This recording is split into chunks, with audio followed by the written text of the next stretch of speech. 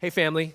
This past Sunday, we looked at Acts chapter 1, verses 4 through 8, and we looked at this idea of trusting God in our waiting, trusting God's timing, trusting God's perspective, and ultimately trusting his purpose. And we saw that Jesus called the disciples to wait for the Holy Spirit. Rather than running off and pursuing their own plans and purposes based on their own perspective, Jesus wanted them to wait for him to send the Holy Spirit. He wanted them to wait before they pursued their own purpose. And so I wanted to consider, what does it look like for us to wait?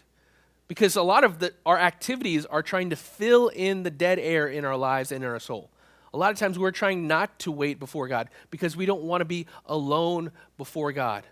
And so I wanted to look at Psalm 62 and consider David's advice. David has this amazing ability to stand and be silent and wait before the Lord. And so listen to these words that David says. He says, "For God alone my soul waits in silence. From him comes my salvation. He alone is my rock and my salvation, my fortress. I shall not be greatly shaken." David recognizes that he can wait before God because God is his salvation. One of the key elements here is he trusts in God.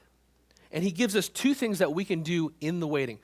We can remind our soul who God is, and we can pour out our soul to God.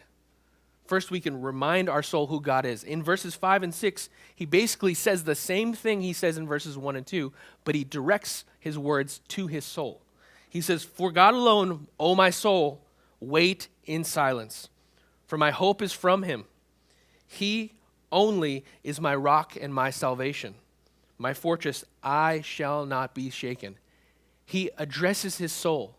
So often in our waiting, we want to fill up our minds and our hearts with other people talking to us talking to other people, entertainment, Netflix, you name it. We just want to be filling up our soul with other stuff, when what we should be doing is addressing our soul with what God is doing and who he is. We want to remind our soul who God is. Secondly, we want to pour our soul out to God. He says in verse 8, "Trust in him at all times, O people. Pour out your heart before him. God is a refuge for us." God is a refuge for us. Guys, this means that we can talk to God. We can tell him what's going on. We can let him know what we're upset about, what we're afraid of, why we're nervous even when we wait. If you have to speak to God while you wait. So the two things that we want to do is we want to remind our souls who God is, and then we want to pour out our souls to God. This is how we can wait for his timing, we can receive his perspective, and we can ultimately walk in his purposes for our lives. Love you, family.